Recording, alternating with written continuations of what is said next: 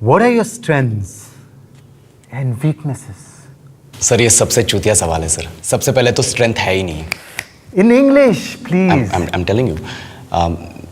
Why will I tell you my weaknesses? मैं आपको अपने स्ट्रेंथ वीकनेस के नाम पे बताऊंगा। You know, जैसे English. I'm a perfectionist. मैं वर्कोहॉलिक हूँ। मैं इनोसेंट। English. बैंक क्या लौड़े? ये क्या इंग्लिश लगा रखा है बे? 4 साल का था मैं जब मेरे पापा जबलपुर में किसी हलवाई के यहाँ काम करते थे। खुद तो कभी स्कूल गए नहीं, इसलिए अपनी गांड घिस घिस के मुझको स्कूल में भर्ती करवाया। अब कहने के लिए तो वो इंग्लिश मीडियम स्कूल था, लेकिन साले हमारे टीचर लोग खुद हिंदी में बात करते थे। हमारे स्कूल के लड़के एक दूसरे से यो व्हाट्स अप डॉग ऐसे बात नहीं करते हैं।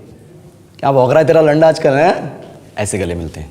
किसी तरह रट्टा मार मार के 10th तक पहुंचे तो पता चला कि जिंदगी में सफल होने के लिए एक ही तरीका है और वो है इंजीनियरिंग। सब यही कहते थे। माँ बाप, टीचर लोग, गली का वॉचमैन भी हमसे पूछता था, और भैया कैसी चल रही है आपकी तैयारी? भग बेंचो, तुमको क्या करना है? इसलिए हमारे स्कूल के बच्चे हम सब पहुंच गए बकरों की तरह। मैं IIT, मैं NIT। अरे जिस बच्चे ने अपने बाप को जलेबी तलते देखा है वो तो यही सोचेगा ना कि जिंदगी में पैसा ही सब कुछ है। I did not choose this engineering life, sir, and neither did this engineering life choose me. It was shoved down my throat by my teachers while my hands were tied to my back by my friends and my parents watched in silence. और English सुनेगा तू मादरचोद तो सुन।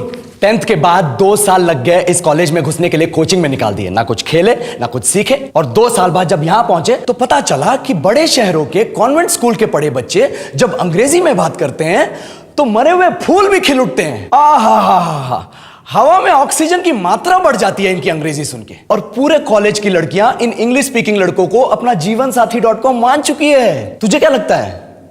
मुझे कभी लगा नहीं कि मैं अपनी अंग्रेजी पे काम करूं, अपने पर्सनालिटी पे काम करूं। बहुत लगा। ये चूतिया इंडस वैली सिविलाइजेशन का जो एजुकेशन सिस्टम बिठा के रखे हो, जिसमें हर साल में 10 सब्जेक्ट, हर सब्जेक्ट में theory, practical, viva, lab work, external, internal, majors, minors, assignment, project, thesis, गांड मार के रख लिया हमारी। महीनों तक नहाना भूल जाते हम लोग और फिर हमारा परसेप्शन बना देते हो कि हम ऐसे ही रहना चाहते हैं। अब इस साल में एक बार कल्चरल फेस्टिवल आता है, एक बार, उसके लिए भी प्रोफेसर से भीख मांगनी पड़ती है। अरे बिना इंग्लिश बोले, बिना लड़कियों से बात किए कौन गांडू रहना चाहता है वैसे?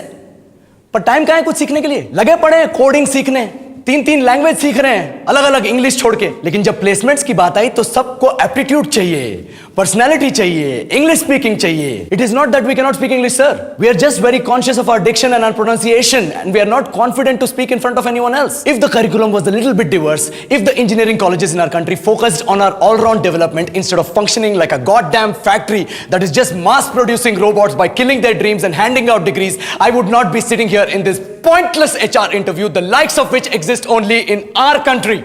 ये लो सर, बोल दिया मैंने 4 और लाइन अंग्रेजी में। अब बताइए, क्या मैं आपके मल्टीनेशनल कंपनी के लायक हूं?